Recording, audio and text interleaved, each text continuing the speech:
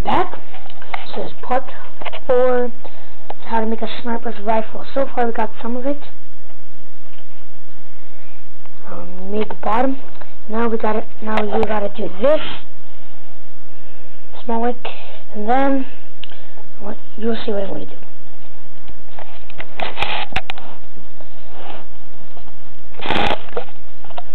Okay. Take this. Take this thing here. Then you cut it wherever you want it.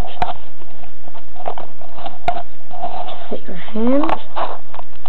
Make it a slant like that. Slant. Slant there. Right.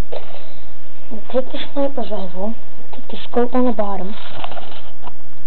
And then you put this on here. Put it on here like this.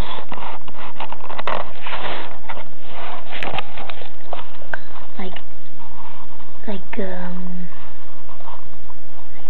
that. Right?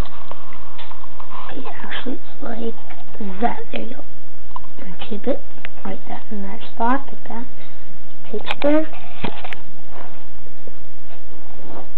Just wait a minute. Just tape that very good. So it's nice and good. Just tape it there beautifully. And